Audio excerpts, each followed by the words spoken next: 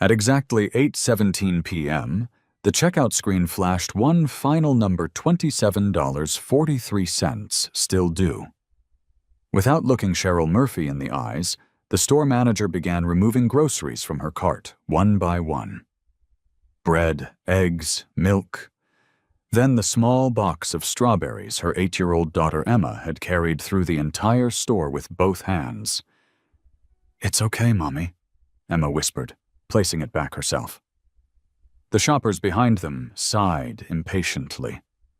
One even raised a phone to record. Only one man remained silent. Dressed in an old brown jacket, he watched Cheryl carefully return every unwanted item to its proper shelf, before quietly walking away with her nearly empty cart. No one recognized the billionaire who had just witnessed the most important lesson of his life. Before we continue, tell us where you're watching from and what time it is in your city. We'd love to see how far this story travels, and if stories about kindness, dignity, and second chances speak to your heart, consider subscribing so you won't miss the next journey. The alarm on Cheryl Murphy's phone vibrated at exactly 4:45 every morning. It hadn't played a cheerful melody in years. Just a soft buzz, gentle enough not to wake Emma sleeping in the next room, but persistent enough to remind Cheryl that another day had already begun before the sun had even considered rising. She reached for the phone without opening her eyes. For 10 seconds, she allowed herself to stay perfectly still. Those 10 seconds were a luxury she could still afford. Outside the apartment window, Columbus was wrapped in darkness. Streetlights reflected off damp pavement after an overnight drizzle, and the old heating unit rattled against the bedroom wall with its familiar metallic cough. Cheryl had reported the noise to the landlord 3 winters in a row. 3 winters later, the heater still sounded like it was arguing with itself. She smiled anyway. "If it still makes noise," she whispered to herself, "it still works." It was something her father used to say whenever the family car threatened to fall apart. She missed him most in moments like these. Her apartment wasn't much more than 600 square feet, tucked above an aging laundromat on the east side of the city. The carpet had faded into a color no one could accurately name anymore. The kitchen cabinets refused to close unless pushed twice. The bathroom faucet dripped with perfect rhythm, as if measuring time more faithfully than any clock. But every corner was spotless, not because Cheryl had extra time, because order was the only thing poverty couldn't take away from her. She brewed a single cup of coffee, measuring exactly 1 spoonful of grounds. Never more. Coffee had become expensive enough that every scoop mattered. While the kettle heated, she opened a small blue notebook whose cover had begun peeling at the edges. Every page contained columns of careful handwriting: rent, electricity, bus pass, asthma medication, school lunch, gas, groceries, income. Every dollar had a destination before it arrived. She crossed out yesterday's sewing payment, $20. A pair of work pants shortened for an elderly neighbor. The money was folded neatly inside an envelope tucked into the notebook. Not spending cash. Emergency cash. There was a difference. At exactly 5:15, Cheryl quietly opened Emma's bedroom door. The little girl slept curled beneath a faded yellow blanket, hugging a sketchbook instead of a stuffed animal. Cheryl smiled. Emma had fallen asleep drawing again. She carefully lifted the notebook from beneath her daughter's arm. On the last page was another picture. A grocery cart. This time it was overflowing with apples, oranges, milk bread, strawberries, carrots, cereal, and flowers. There were always flowers. Not because Emma thought flowers were necessary, because she believed grocery carts should carry beautiful things too. In the corner of the page, she'd written in uneven handwriting, "When Mommy smiles, food tastes better." Cheryl blinked quickly before tears could form. She never wanted Emma to know how often she worried. "Morning sunshine." Emma stretched sleepily. "Did I oversleep?" "No." "What day is it?" "Thursday." Emma sighed dramatically. Only one more day until Friday. Cheryl laughed. You've been counting down since Monday. I like Fridays. Why? Because you're less tired. The answer landed harder than Cheryl expected. Children noticed everything adults tried to hide.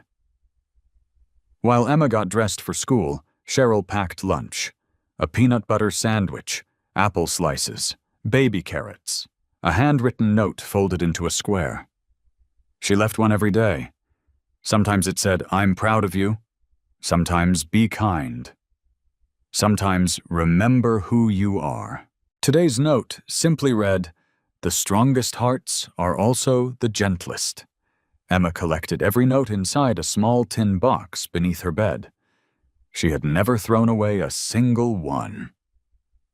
By 6 o'clock, they were outside waiting for the bus. Emma reached for Cheryl's hand. They stood quietly as commuters hurried past, carrying expensive coffee cups and polished briefcases. No one noticed the mother wearing shoes she'd repaired 3 different times. No one noticed the child carefully avoiding puddles, because she knew replacing sneakers wasn't part of this month's budget. At school, Emma hugged Cheryl tightly. "I'll draw something new tonight. I can't wait to see it." And someday, Emma looked up with complete confidence, "our grocery cart won't have empty spaces anymore." Cheryl crouched until their eyes met. She brushed a loose curl away from Emma's forehead. "Listen to me." Emma nodded. "We don't measure our lives by how full our cart is." Emma waited. "We measure them by whether we earned what's inside honestly." Emma smiled. "We only take what we truly need." It had become their little promise. Every shopping trip ended the same way.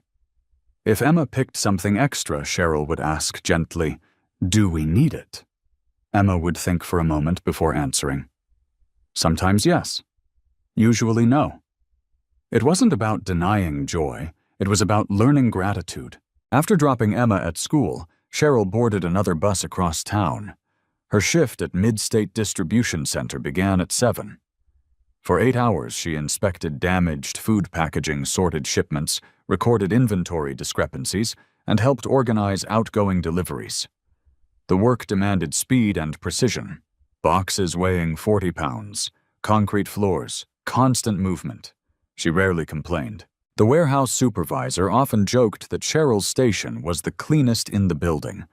If labels were crooked, she straightened them. If inventory numbers didn't match, she stayed late until they did.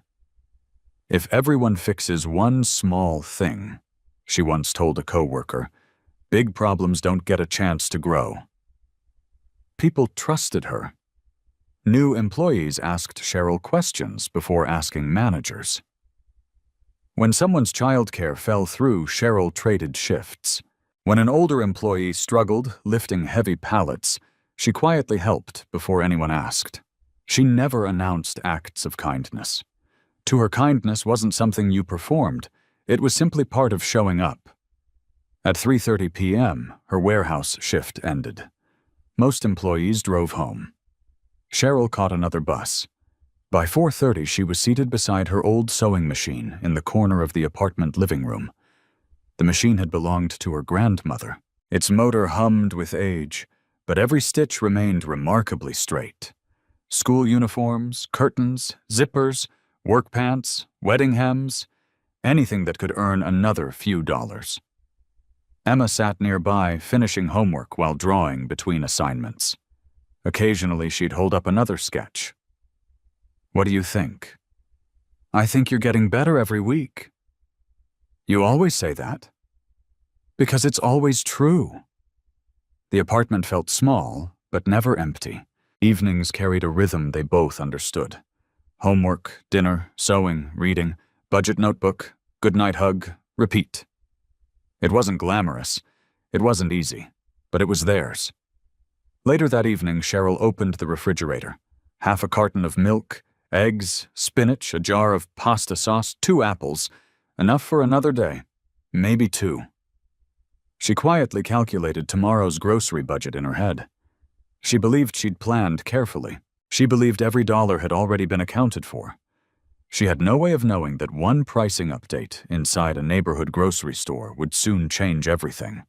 Not because of the $27.43 she didn't have, but because of the choice she would make after losing them. Benjamin Carter had learned long ago that people behaved differently when they believed no one important was watching. That was why, despite owning more than 300 Carter Foods grocery stores across the Midwest, he rarely walked into one wearing an expensive suit. Instead, he preferred faded jeans, comfortable boots, and an old brown canvas jacket with a loose button near the left pocket. The jacket had belonged to no famous designer.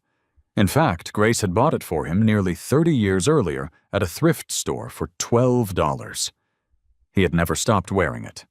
Not because he couldn't afford another one, because every frayed thread reminded him where he had started. Most members of the company's executive board imagined their chairman spent his days in conference rooms overlooking the Columbus skyline, discussing quarterly profits and expansion plans. Benjamin did those things when necessary, but the reports on polished tables never told him what he wanted to know. Spreadsheets couldn't show embarrassment. Financial statements couldn't measure compassion. Profit margins couldn't reveal whether a cashier smiled at an exhausted mother or whether a manager treated an elderly customer with patience. Those were the numbers Benjamin cared about most. Every Thursday evening, without announcing his plans to anyone, he visited a different Carter Foods location. Sometimes he bought nothing more than a loaf of bread. Sometimes he spent an hour sitting near the entrance with a cup of coffee, pretending to read the newspaper, while quietly observing the rhythm of the store. He noticed everything. The teenager who helped a veteran carry groceries to his truck. The bakery employee who slipped an extra dinner roll into a widow's bag because she knew the woman lived alone. The stock clerk who stopped to tie an older man's untied shoelace before he tripped. None of those moments appeared in management reports. Yet Benjamin believed they were the true value of his company. Years earlier, a journalist had asked him the secret behind Carter Foods' success. Benjamin had answered with a sentence that many business magazines thought sounded poetic but impractical. "A grocery store doesn't sell food," he had said. "It sells the feeling people carry home with their groceries." Very few understood what he meant. Grace had. She always had. Long before Carter Foods became a household name, Benjamin and Grace had been two young people trying to survive. Benjamin repaired delivery trucks during the day. Grace worked as a cashier at a neighborhood supermarket while attending community college at night. Money had been painfully tight. There were evenings when dinner consisted of canned soup and crackers because that was all they could afford. But Grace never complained. She believed dignity wasn't measured by what sat on the table, but by how people treated one another around it. Benjamin could still remember one rainy evening, as clearly as if it had happened yesterday. Grace had come home unusually quiet. She removed her shoes, folded her raincoat carefully, and sat at their tiny kitchen table without speaking. "What happened?" Benjamin had asked. She smiled. "I'm okay." He knew immediately that she wasn't. After several minutes, she finally admitted the truth. She had stopped at another grocery store after work to buy milk bread and baby formula for her younger sister's infant. When the total appeared, she realized she was several dollars short. The cashier sighed loudly. The customer behind her complained. Someone muttered that she shouldn't shop if she couldn't pay. Grace had quietly handed back the baby formula. Not because it wasn't important, because it was the most expensive item. "I've never felt smaller," she whispered that night. Benjamin had reached across the table and held her hand. "You did nothing wrong." "I know." "Then why are you crying?" She looked down at the table. "Because people looked at me like I had." The memory never left him. Years later, after Carter Foods began expanding, Benjamin insisted every employee receive training that went beyond customer service. He wanted them to understand something deeper. People rarely remembered exact prices. They always remembered how they had been treated. Grace repeated one sentence so often that it eventually became Benjamin's personal compass. Kindness should never make noise. She believed the greatest acts of generosity happened quietly, without applause, without photographs, without anyone feeling indebted. Benjamin carried those words long after Grace lost her battle with ovarian cancer. She had been gone for 11 years. The jacket remained. So did her voice. Whenever difficult business decisions appeared, Benjamin found himself asking the same silent question. What would Grace notice that everyone else overlooked? That Thursday morning, he arrived at company headquarters before sunrise. The board meeting was exactly what he expected. Charts, forecasts, expansion proposals. Michael Reynolds stood near the large presentation screen discussing profit percentages. Our premium product sales increased by 6%, Michael announced confidently. If we continue reducing labor expenses, next quarter should exceed expectations. Benjamin listened politely. And customer complaints, he asked. Michael blinked. They're within industry averages. Benjamin wasn't satisfied. Within averages isn't the same as improving. Michael shifted uncomfortably. We've addressed the major concerns. Benjamin closed the report. I'd rather lose $1 than lose someone's trust. The room fell silent. Several executives exchanged brief glances. They had heard versions of that sentence many times before. Some admired it. Others secretly believed it was outdated. After the meeting ended, Linda Foster caught up with Benjamin near the elevator. You look distracted. I've been thinking about Grace. Linda smiled gently. That's usually when you visit a store. Benjamin returned the smile. You know me too well, she laughed softly. I've worked beside you for 15 years. Then you know I won't learn anything useful from another report. Which location tonight? The East Hamilton Avenue store. Linda nodded. I'll let the regional manager know you're coming. Benjamin shook his head immediately. No. You don't want anyone informed. I want to see the real store, not the version prepared for the chairman. Linda wasn't surprised. That was always his rule. No warnings, no special cleaning, no rehearsed smiles. Real life only. As evening approached, Benjamin drove himself across Columbus in an aging pickup truck that still had nearly 200,000 miles on the odometer. People often wondered why one of the richest men in Ohio refused to replace it. The answer was simple. The truck still worked. Grace had hated wasting perfectly useful things. He parked near the far end of the Carter Foods parking lot and watched families pushing shopping carts beneath the orange glow of the parking lot lights. Children laughed. Parents checked grocery lists. Teenagers loaded bags into car trunks while talking about weekend plans. Ordinary moments, ordinary people. Benjamin loved places like this because they reminded him that success was never built inside boardrooms alone. It was built in quiet conversations between neighbors, in tired parents buying dinner after long shifts, in workers who greeted strangers with respect. He adjusted the collar of his worn brown jacket, picked up a shopping basket, and walked through the automatic doors. He had no idea that before the hour was over, he would witness a scene that would change not only Cheryl Murphy's future, but his own understanding of what Grace had meant all those years ago when she whispered that kindness should never make noise. Friday evenings were always the busiest at Carter Foods. By 7:30 p.m., every checkout lane was open. Shopping carts rolled across the polished floor in every direction, and the scent of warm rotisserie chicken drifted through the store. Families hurried to finish their weekend shopping before heading home. Parents compared prices, children reached for candy near the registers, and employees moved with practiced speed to keep long lines from growing even longer. Cheryl Murphy entered the store with Emma just after 8 o'clock. She carried a folded grocery list inside the pocket of her denim jacket. The list wasn't written randomly. Every item had been carefully planned during the week after comparing advertisements, digital coupons, and store discounts. Emma reached for a shopping cart. "The little one?" she asked. Cheryl smiled. "The small cart is enough." Emma nodded proudly and pushed the cart with both hands.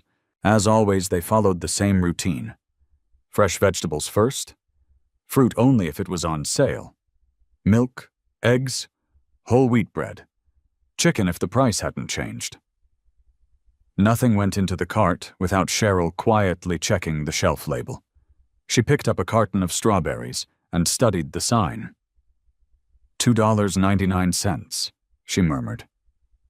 Emma's eyes brightened. "Really?" Cheryl smiled. "Looks like we got lucky today." Emma carefully placed the strawberries into the cart, as though they were something precious. "They'll be for Saturday breakfast. And maybe with pancakes. If we can make the numbers work." Emma understood exactly what that meant. Throughout the store, Cheryl quietly calculated every dollar in her head. Years of surviving on a tight budget had turned arithmetic into instinct. She knew approximately what the total should be before reaching the register. Benjamin Carter noticed them almost immediately, not because Cheryl looked different from anyone else, because she did something few shoppers bothered to do. When Emma accidentally placed a bag of apples in the wrong section of the cart, Cheryl stopped walking. "Gently," she reminded her daughter. Emma looked confused. "They'll bruise." The little girl immediately rearranged everything. Later, when she changed her mind about a box of cereal, she started placing it on the nearest shelf. Cheryl stopped her again. "No," Emma looked up. "It doesn't belong there." Without another word, Cheryl walked all the way back to the cereal aisle and returned the box to its proper place. Benjamin watched quietly from several aisles away. Most people wouldn't have noticed. He did. Small habits often revealed the biggest truths. As they continued shopping, Cheryl compared prices between two brands of pasta. She selected the less expensive one. Emma never complained. She simply helped place it neatly inside the cart. Benjamin smiled to himself. Grace would have liked this child. Not because she was quiet, because she had already learned respect without losing joy. Meanwhile, at the front of the store, Olivia Grant reviewed the evening sales reports on a handheld tablet. The district office had recently increased pressure on store managers to improve checkout speed and reduce pricing overrides. Every delay was tracked. Every complaint was recorded. Every statistic affected performance bonuses. Olivia wasn't a cruel woman, but months of impossible expectations had slowly replaced her patience with efficiency. She no longer saw customers first. She saw transactions. When Cheryl finally joined Register 6, Daniel Perez greeted her with a tired but sincere smile. "Evening."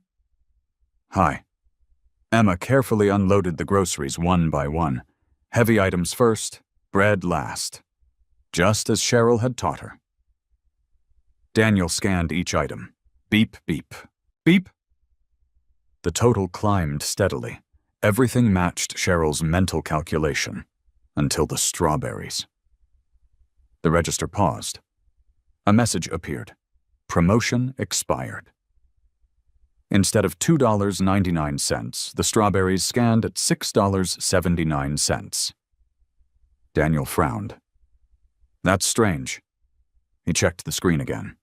"It says the promotion ended at 6 o'clock. Cheryl's smile disappeared. "I picked them up because the sign still said $2.99. "I'm sorry." Daniel looked toward the produce section. "The sign probably hasn't been changed yet." He called for a price check. 2 minutes passed. Customers behind Cheryl began shifting impatiently. A father glanced at his watch. Someone sighed loudly. A teenager tapped his foot against the floor. Finally, an employee returned. The sale ended. Daniel looked apologetically at Cheryl. I have to charge the current price unless a manager approves the adjustment.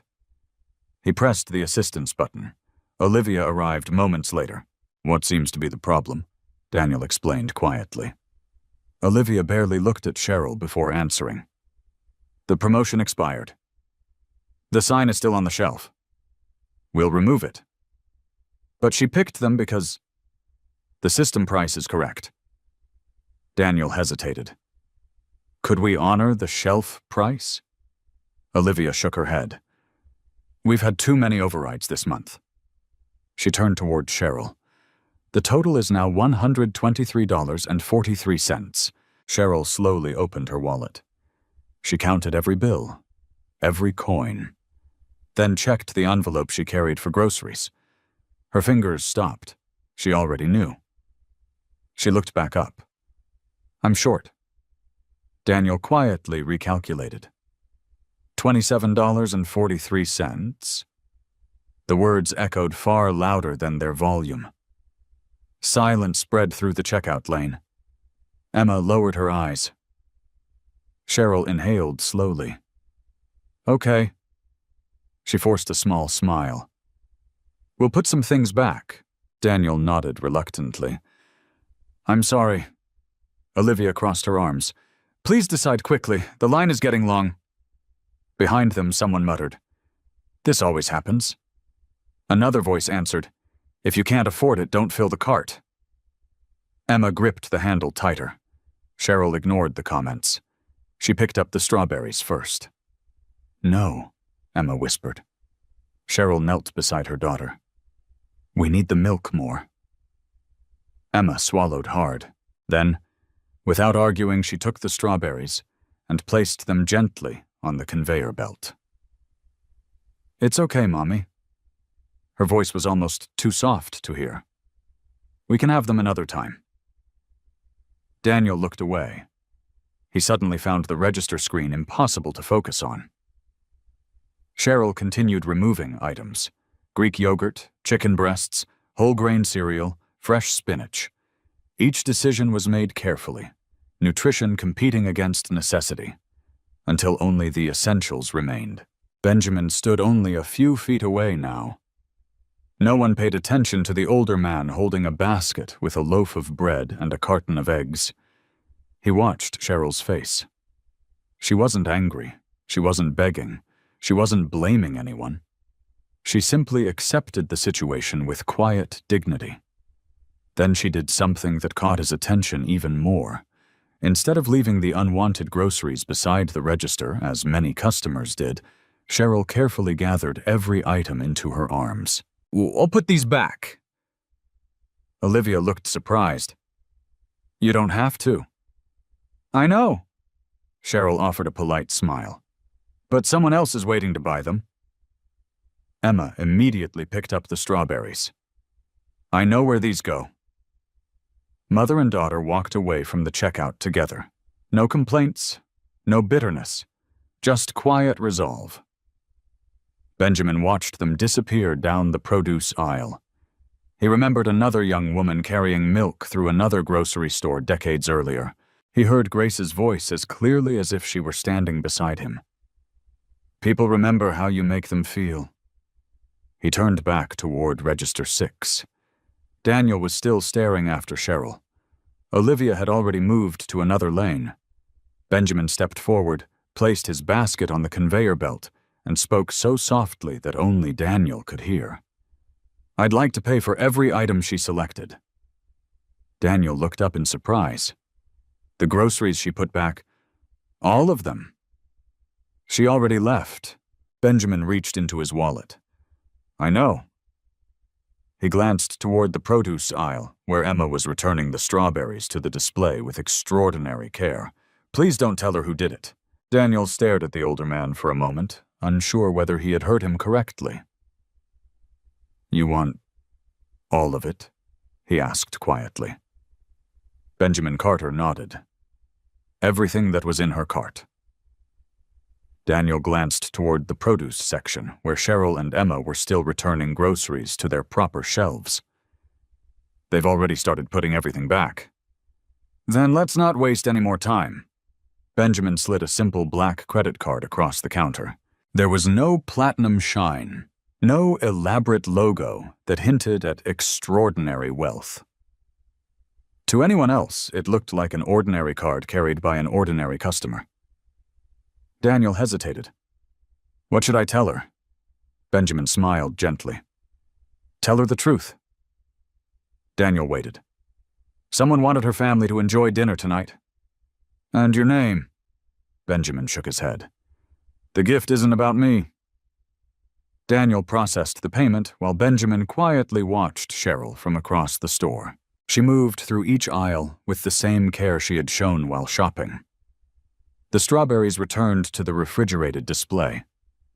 The yogurt went back beside identical containers. The spinach was placed exactly where it belonged. Emma even turned one package around so its label faced forward. Benjamin noticed every detail. Neither of them hurried. Neither of them abandoned anything where it didn't belong. Even disappointment, it seemed, was handled with respect. A few minutes later, Cheryl and Emma returned to the checkout, carrying only the groceries they could afford. Daniel cleared his throat. Mrs. Murphy. Cheryl looked up. Yes. For a second, he forgot the sentence he had practiced. Then he smiled. Your groceries have already been paid for.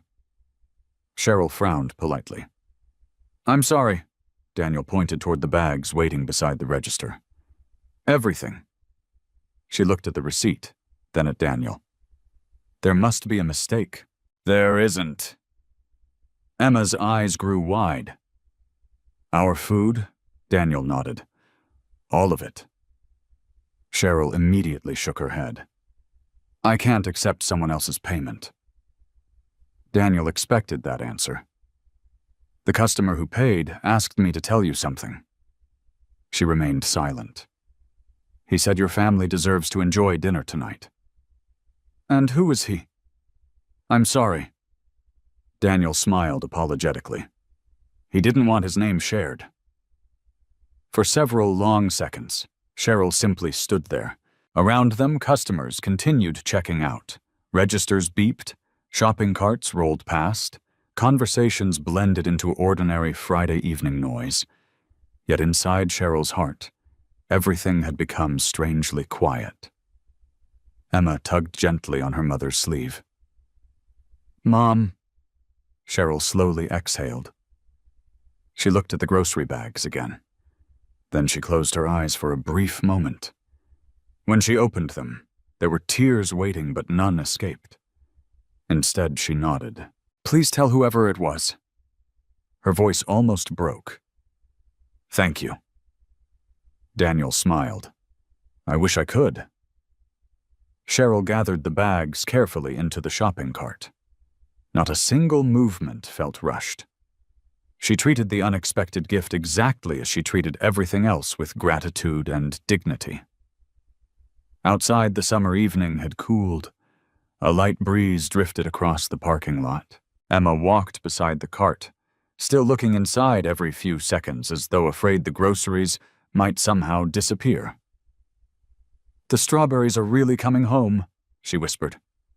Cheryl laughed softly. They are. Emma smiled so brightly that Cheryl felt something loosen inside her chest. They loaded the groceries into their aging blue sedan. The car had more than 200,000 miles on it and required a gentle push on the driver's door before it would close completely. Emma climbed into this passenger seat. Before Cheryl started the engine, Emma asked quietly, Do you think it was an angel? Cheryl smiled. I think angels usually look more ordinary than we expect. So, maybe just a person. Maybe. Emma looked through the windshield. I hope they're happy. So do I. They drove home without turning on the radio. Neither wanted to interrupt the silence. Sometimes gratitude needed quiet more than conversation. Back at their apartment, Emma insisted on helping unpack every bag. She placed the milk into the refrigerator, the bread into the cabinet, the apples into the fruit bowl. Finally, she picked up the strawberries with both hands. They're still cold. Cheryl smiled. They're supposed to be. Emma giggled. I know. While Cheryl prepared a simple dinner, Emma washed the strawberries carefully under running water. She counted them. There are 16. Then we'll each have 8. Emma immediately shook her head. You should have more. No. You work harder. Cheryl turned from the stove. And you grow faster. Emma thought for a moment. 8 each. 8 each. They sat together at the small kitchen table. Pasta, salad, fresh strawberries afterward. Nothing about the meal looked extravagant. Yet somehow it felt like the richest dinner they'd shared in months. Halfway through eating, Emma asked, Can we pray for the person? Cheryl reached across the table and squeezed her daughter's hand. I think they'd like that. Emma closed her eyes. Dear God, thank you for whoever helped us today. She paused. Please help them when they need someone too. Another pause. And if they ever come to our grocery store again, she smiled. Let us be kind to them first. Cheryl lowered her head. It was one of the simplest prayers she had ever heard. It was also one of the most beautiful. Later that evening, after Emma had fallen asleep, Cheryl opened her familiar blue notebook. She wrote down every grocery expense exactly as planned. Then she stopped. She looked at the envelope containing the $20 she had earned from hemming a neighbor's work pants. She had intended to save it for next week's gas. Instead, she stared at it for several minutes. A memory surfaced. Not of today, of years earlier. A stranger had once helped her carry Emma's stroller onto a city bus without saying a word. The man had stepped off at the next stop before she could thank him. She had never forgotten him. Kindness, she realized, had a strange way of staying with people. It never really disappeared. It simply waited for another chance to continue. She closed the notebook and slipped the $20 bill into her wallet instead of the emergency envelope. The next morning before work, she knew exactly where she was going. Not to search for the mysterious stranger, not to repay a debt she could never calculate, but to begin keeping the promise she had whispered to Emma on the drive home. One day, she had said, we'll do this for someone else. She had not expected that one day would arrive much sooner than either of them imagined. Saturday mornings usually moved at a slower pace than weekdays, but Cheryl Murphy still woke before sunrise. Habit was stronger than the calendar.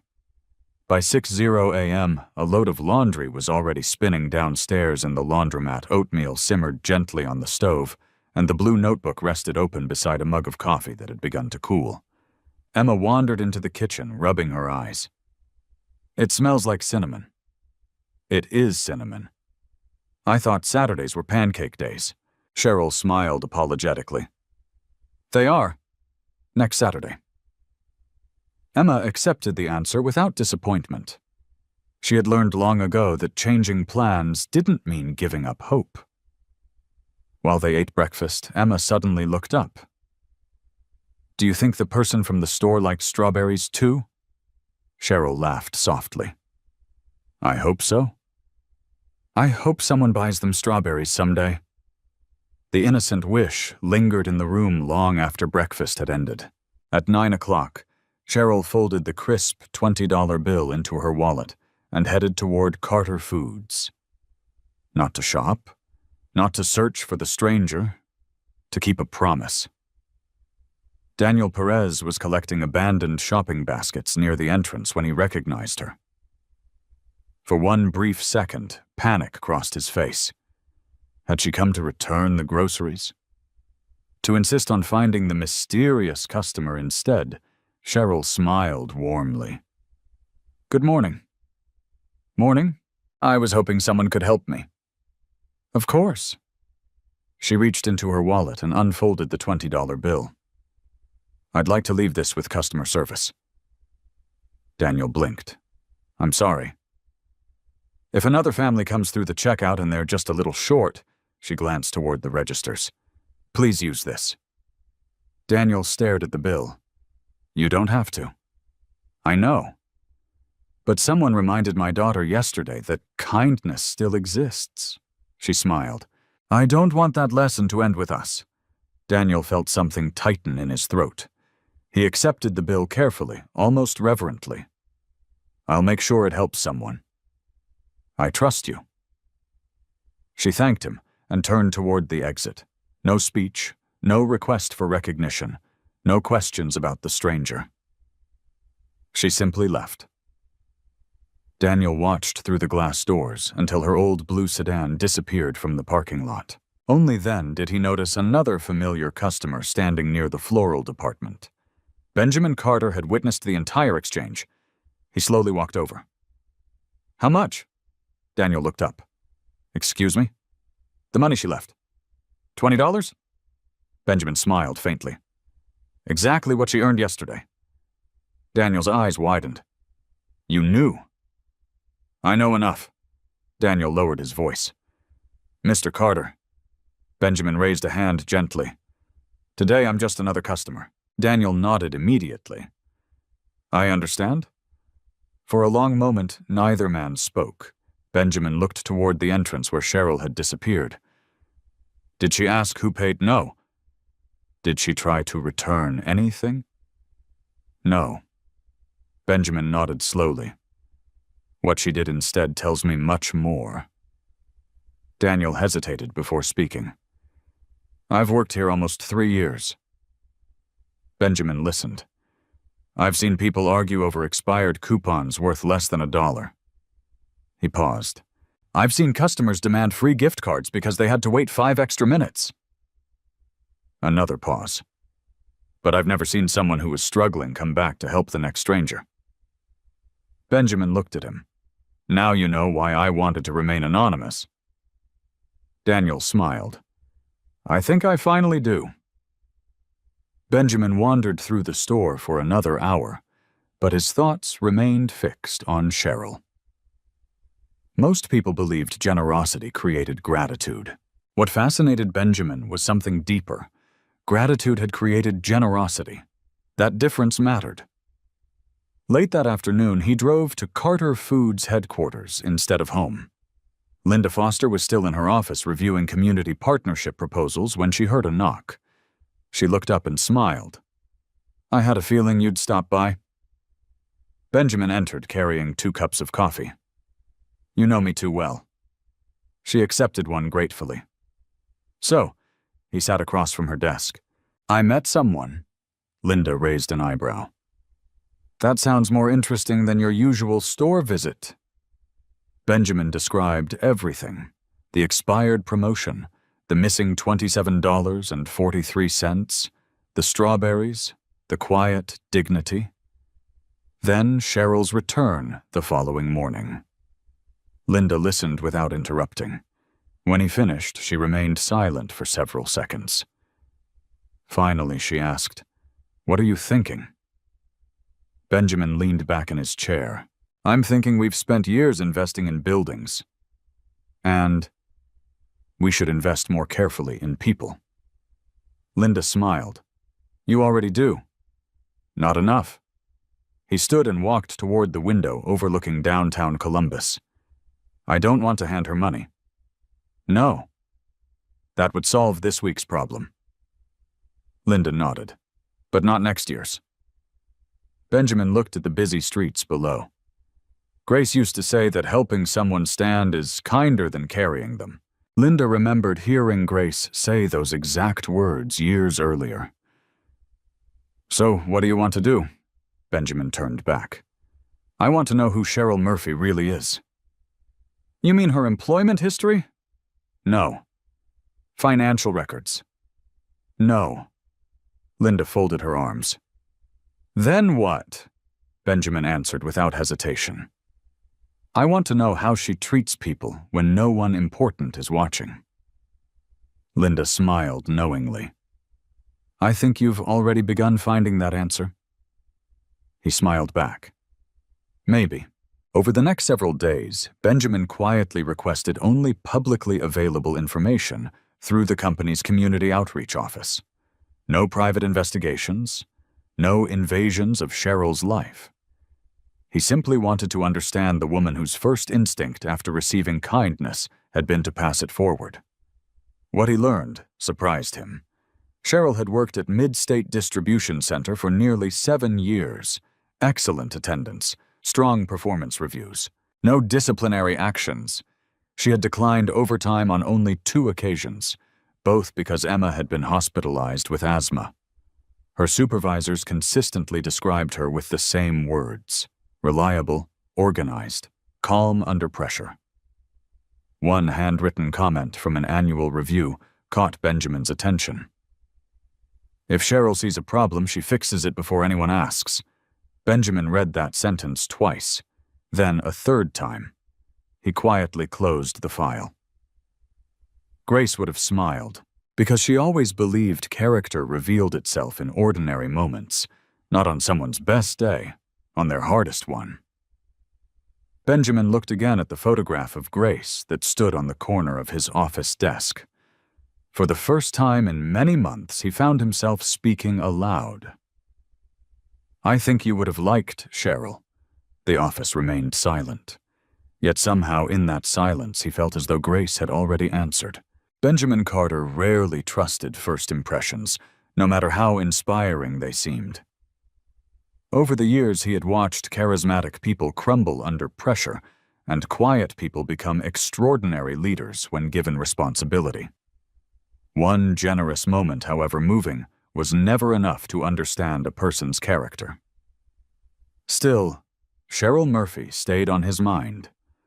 Not because she had accepted help, because she had immediately looked for someone else to help. On Monday morning, Benjamin asked Linda Foster to arrange a visit to Mid-State Distribution Center. He didn't mention Cheryl by name.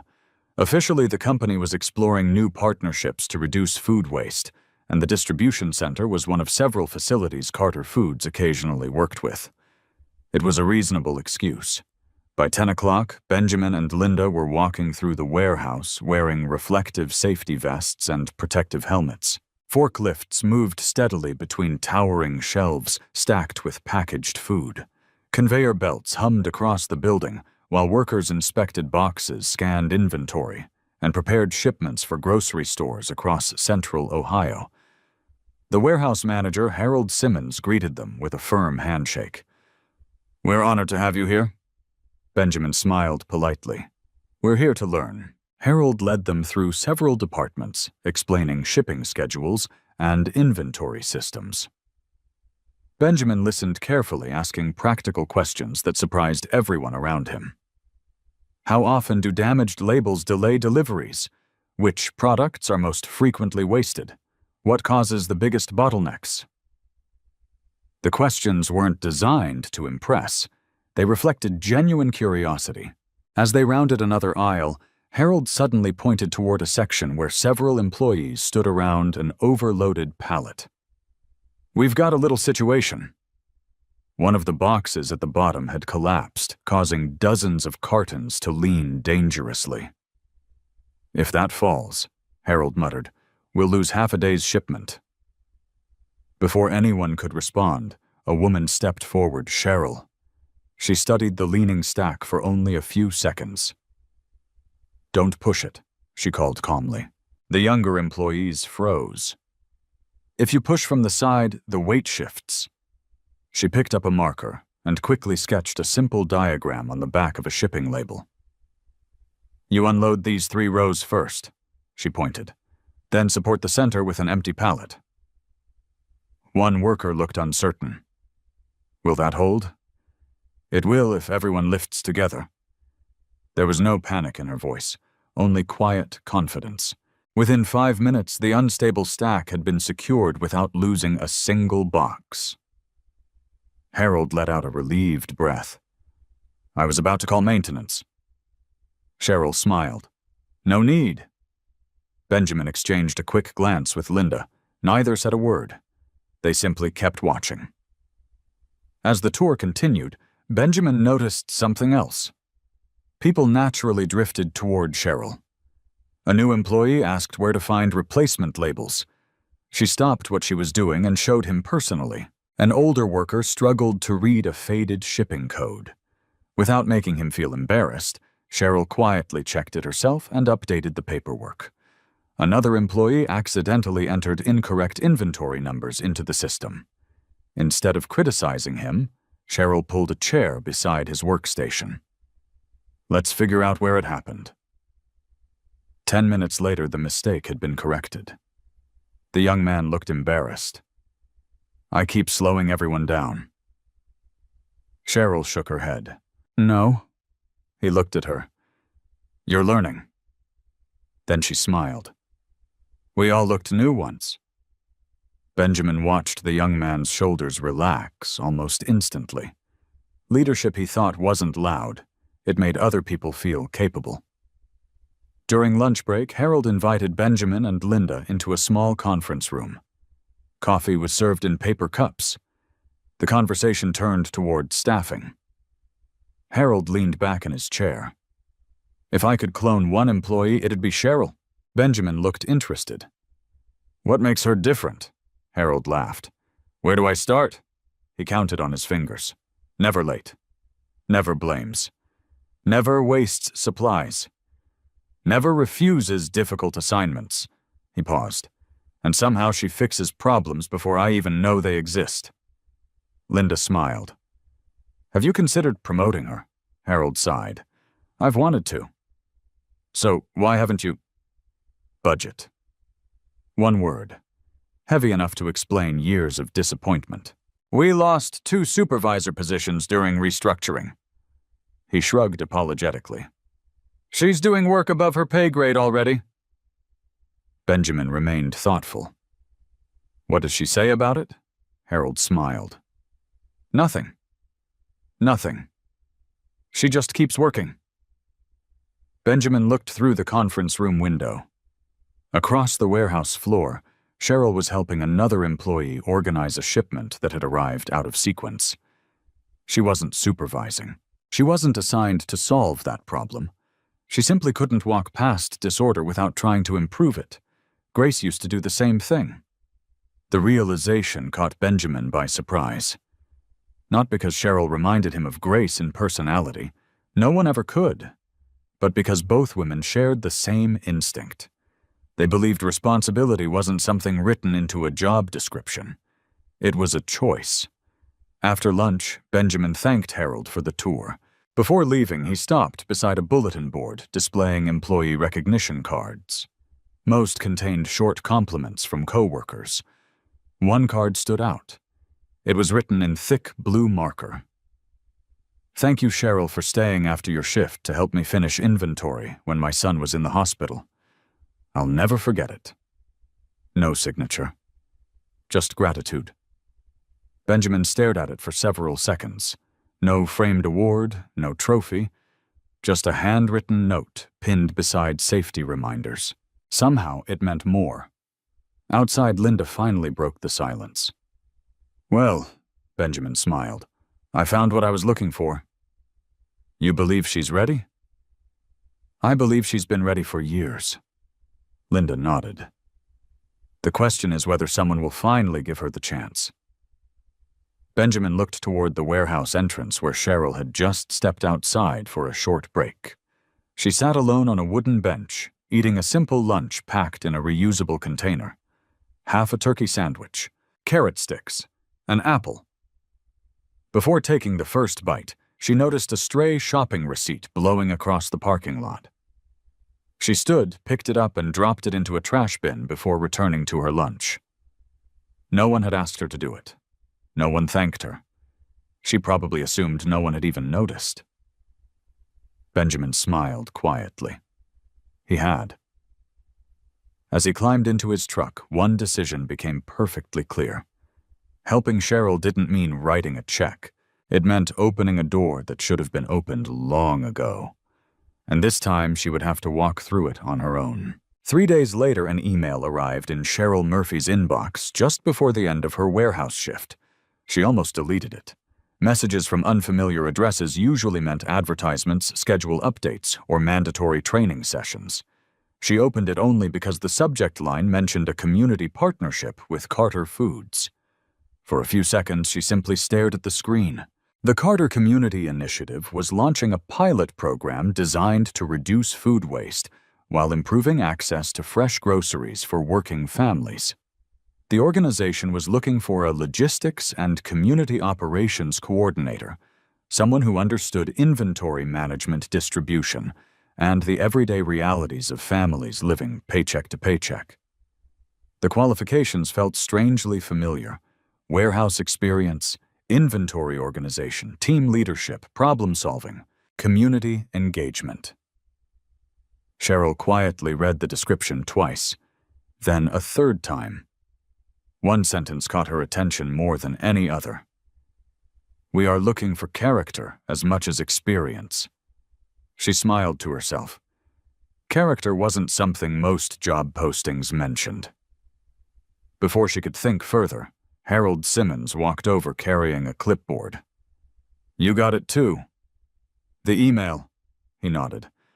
"I forwarded your name to Human Resources." Cheryl looked up surprised. "You did?" "I didn't recommend you." He grinned. "I recommended that they not overlook you." She laughed softly. "That's different."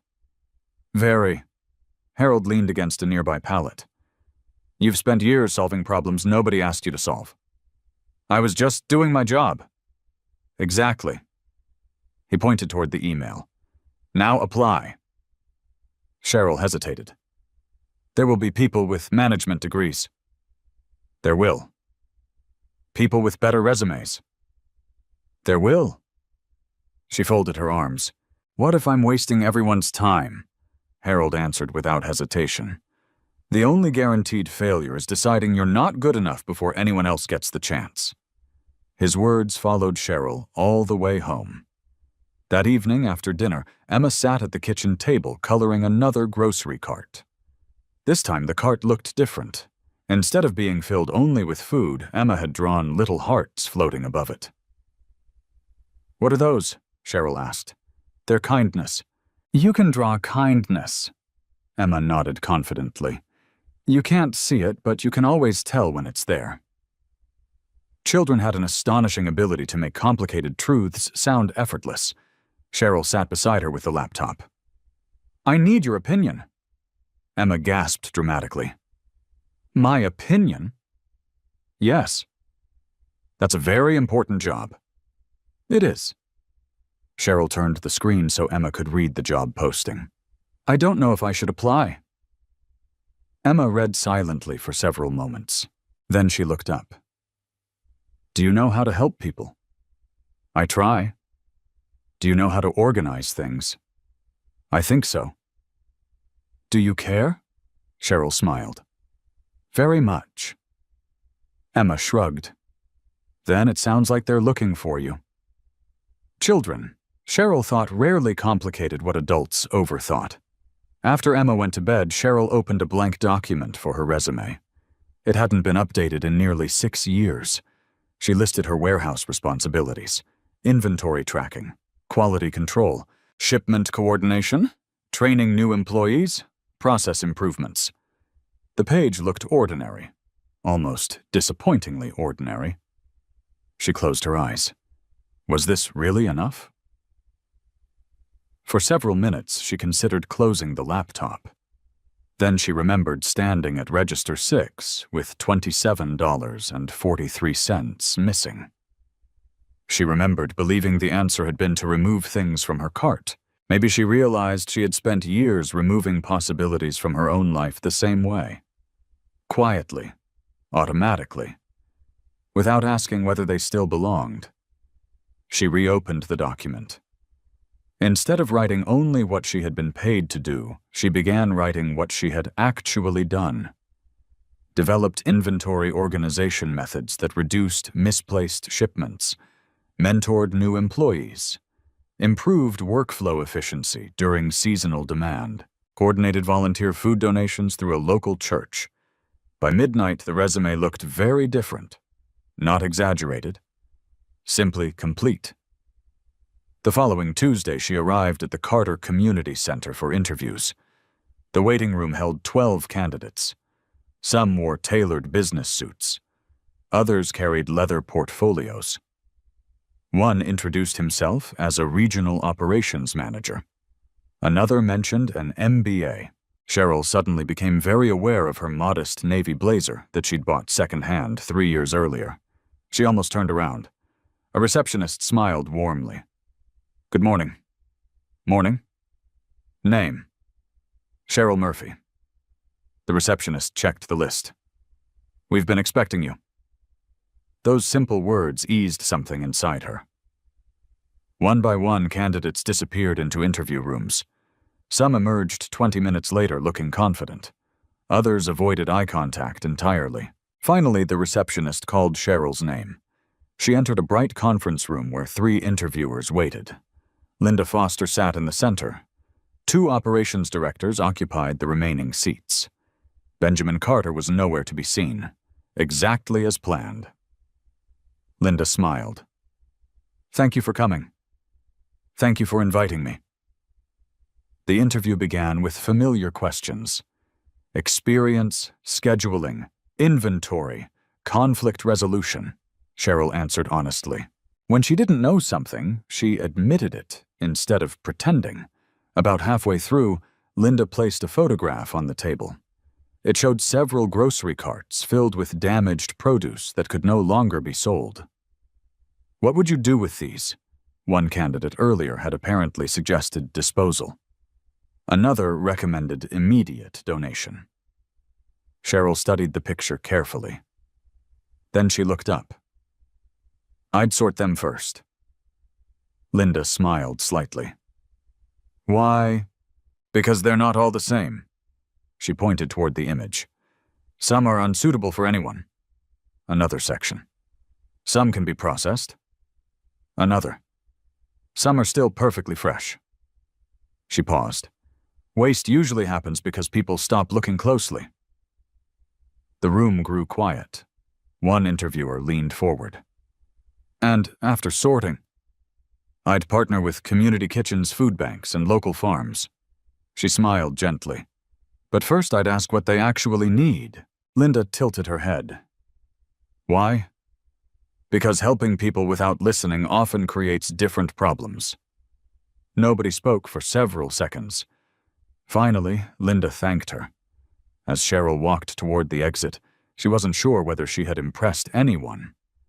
She only knew she had answered as herself. Outside, she breathed deeply. For the first time in years, she realized something unexpected. Whether she received the job or not, she had finally stopped assuming she didn't belong in the room. Several floors above, behind a window overlooking the courtyard, Benjamin Carter had quietly watched Cheryl leave the building. He smiled.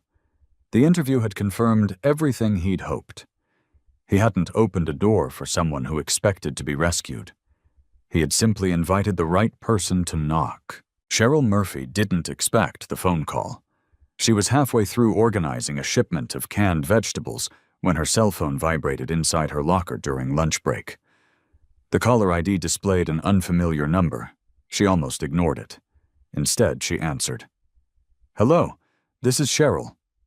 A warm voice replied. "Miss Murphy, this is Linda Foster from the Carter Community Initiative." Cheryl immediately straightened in her chair. "Yes, ma'am." "I hope I'm not interrupting your lunch." "No, not at all."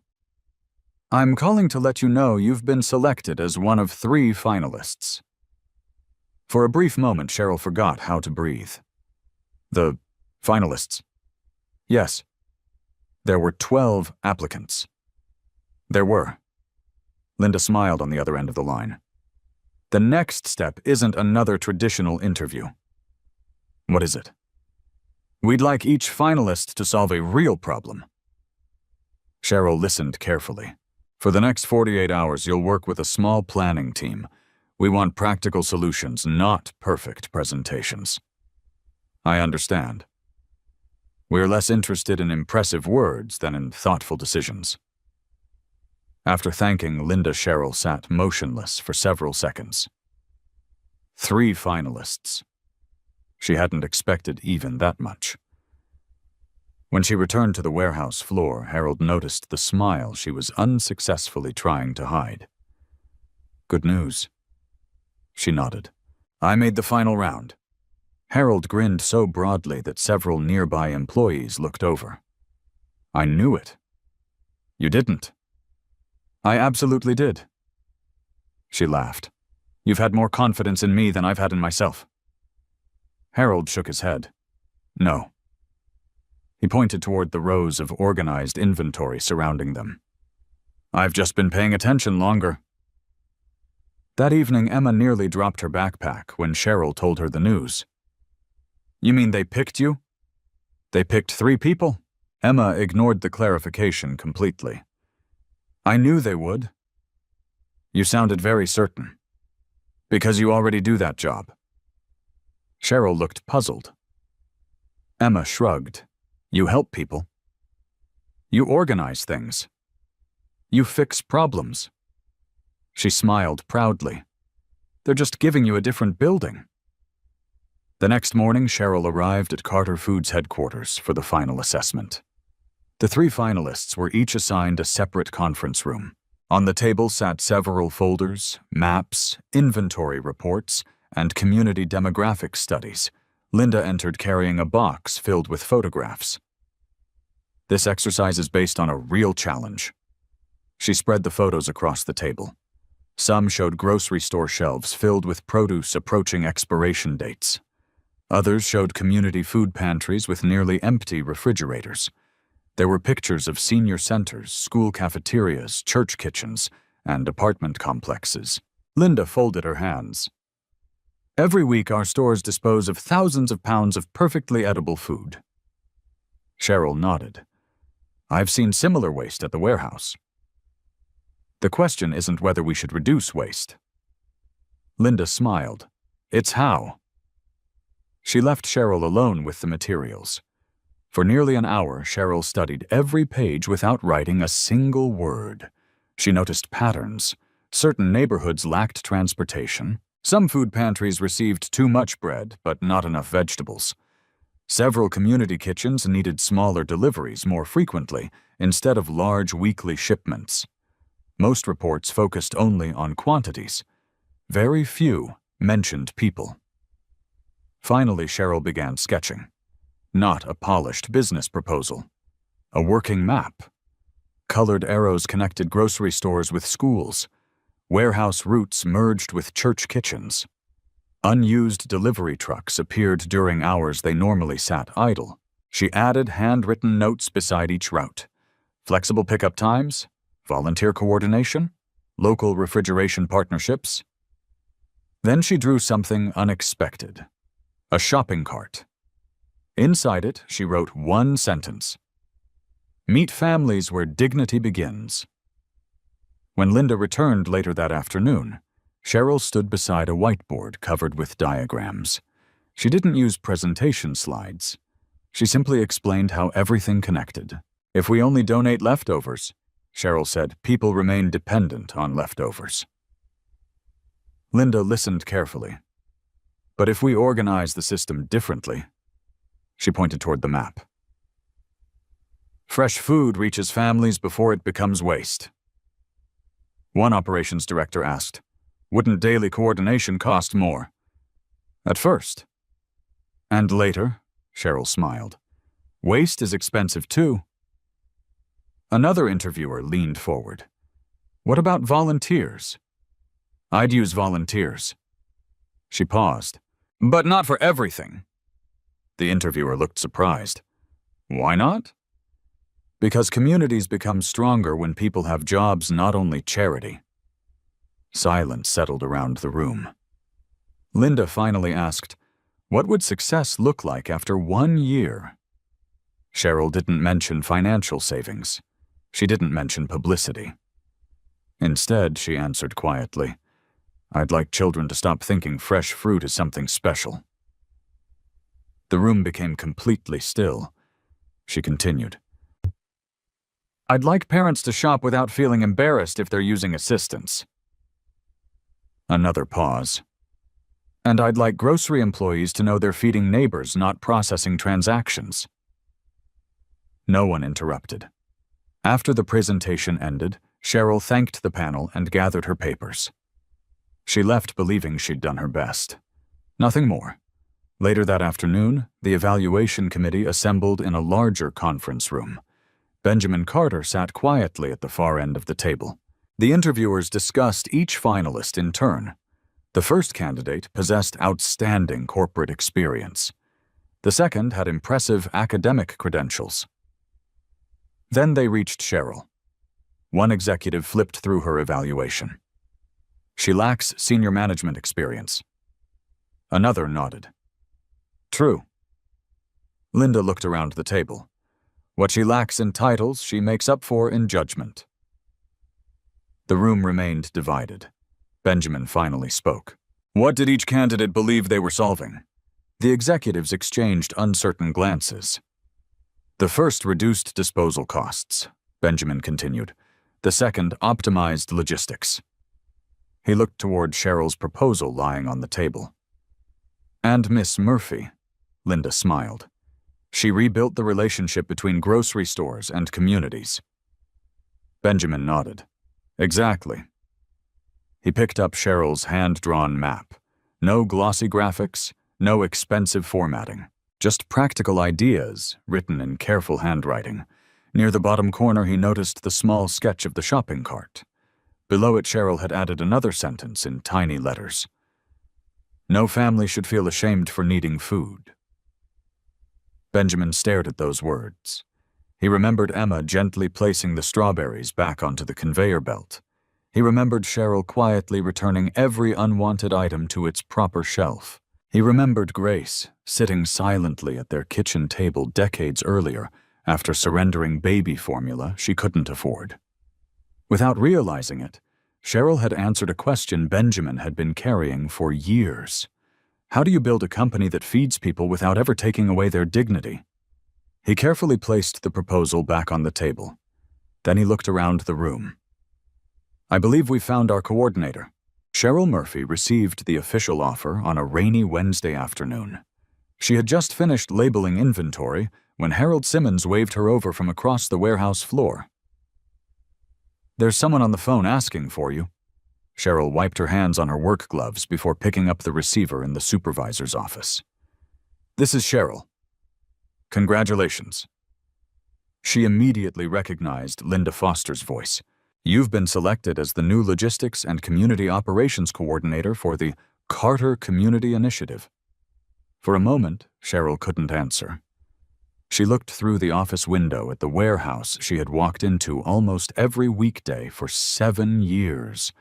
Rows of pallets, forklifts moving steadily, co-workers she had laughed with, worried with, and grown beside. So, Linda asked gently, will you accept? Cheryl smiled through unexpected tears. Yes. When she hung up, Harold was waiting outside the office with folded arms. Well, she nodded. I got the job. Before Cheryl could say another word, Harold pulled her into a quick, awkward hug. Several employees looked over. Someone started clapping. Within seconds, the applause spread across the warehouse. Cheryl covered her face, embarrassed. You all are going to make me cry. One of the newer employees laughed. Too late. That evening, Emma nearly tackled her mother the moment she walked through the apartment door. You got it. I did. Emma spun around the tiny living room. I told you. You certainly did. So now you help even more people. I hope so. Emma disappeared into her bedroom and returned carrying her sketchbook. I made something. She handed Cheryl a fresh drawing. It showed the familiar shopping cart.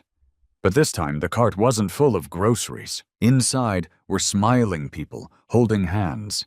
At the front of the cart stood a woman with curly hair. Behind her stood an older man wearing a brown jacket. Neither figure had a face. Yet Cheryl somehow felt strangely connected to the picture. What made you draw this? She asked. Emma shrugged. Because I think kindness pushes people farther than wheels do. Cheryl kissed the top of her daughter's head. You have a beautiful way of seeing the world. The following Monday marked Cheryl's first day at Carter Foods headquarters. The building's glass entrance reflected the morning sunlight across polished stone floors. Employees carrying laptops hurried through the lobby with practiced confidence. Cheryl suddenly felt very small.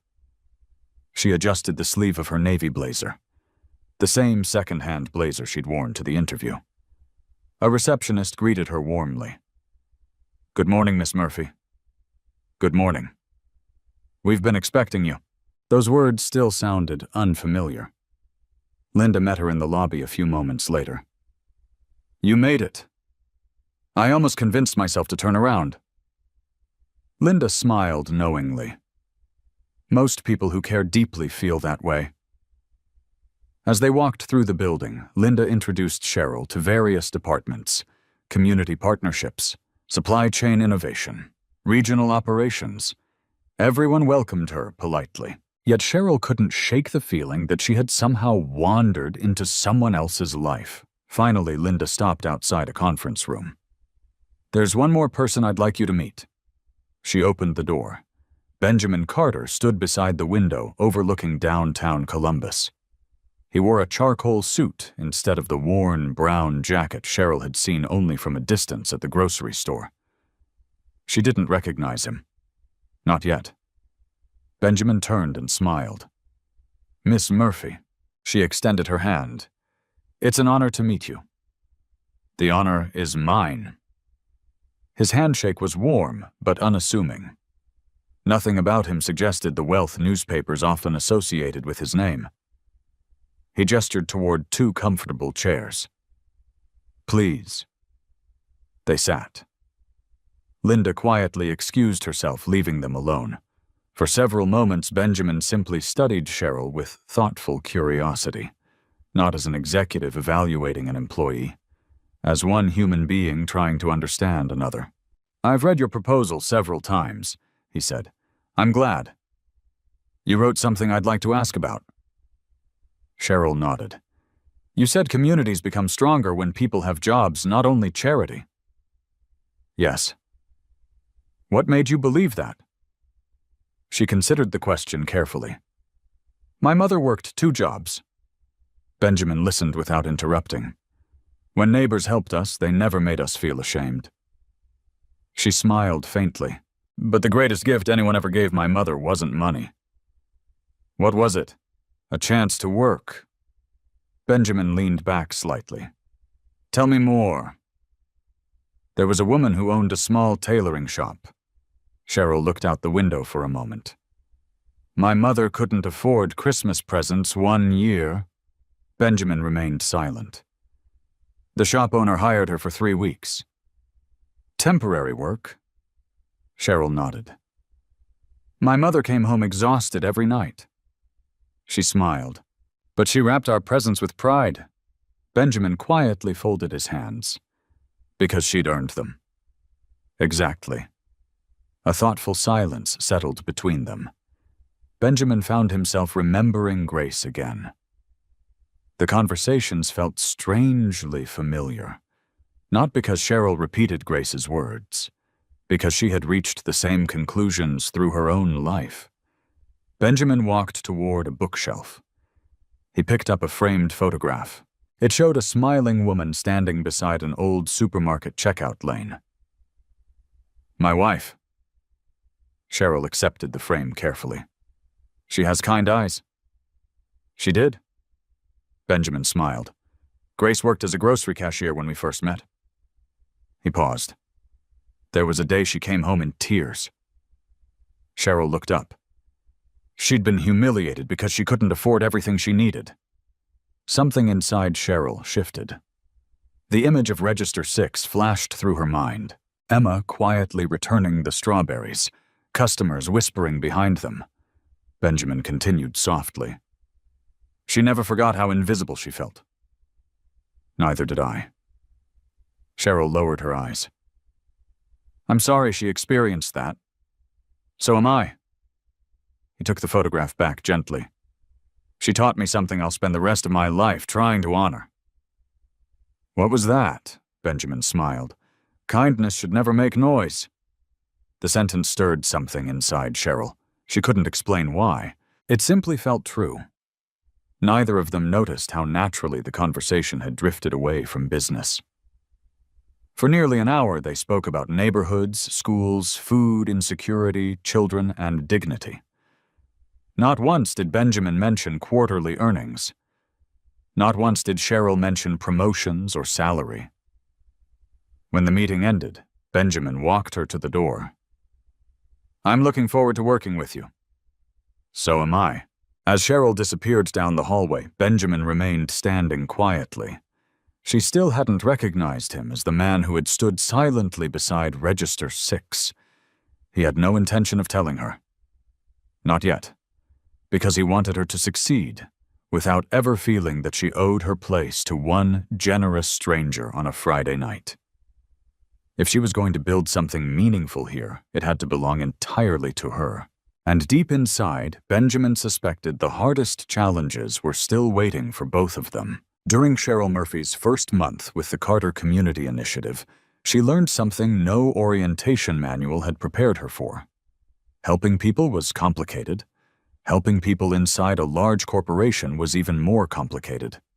Every Monday morning, representatives from logistics, finance operations, and marketing gathered in the same conference room to review the pilot program. At first, everyone spoke enthusiastically. Reducing food waste sounded good. Supporting local communities sounded even better. But once conversations shifted from ideas to budgets, enthusiasm often gave way to hesitation.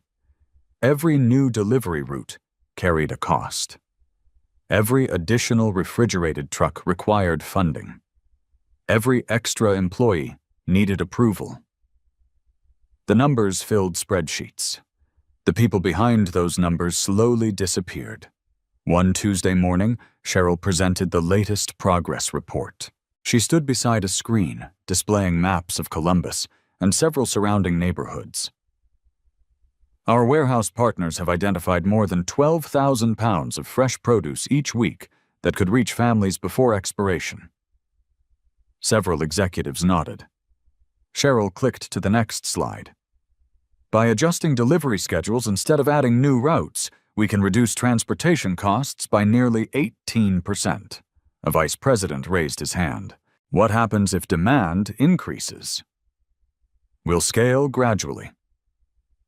Another executive asked, "What about staffing?" "We'll cross-train existing teams before hiring." The discussion remained productive until Michael Reynolds leaned forward in his chair. He folded his hands deliberately. "I have a different concern." The room grew quieter. Michael looked directly at Cheryl. "Your proposal relies heavily on community relationships." "Yes. Relationships don't appear on quarterly reports," Cheryl answered calmly. "No. They're difficult to measure." "They are."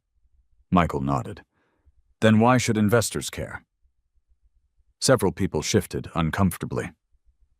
Cheryl paused before answering. "Because customers care." Michael smiled politely. "That's an emotional answer."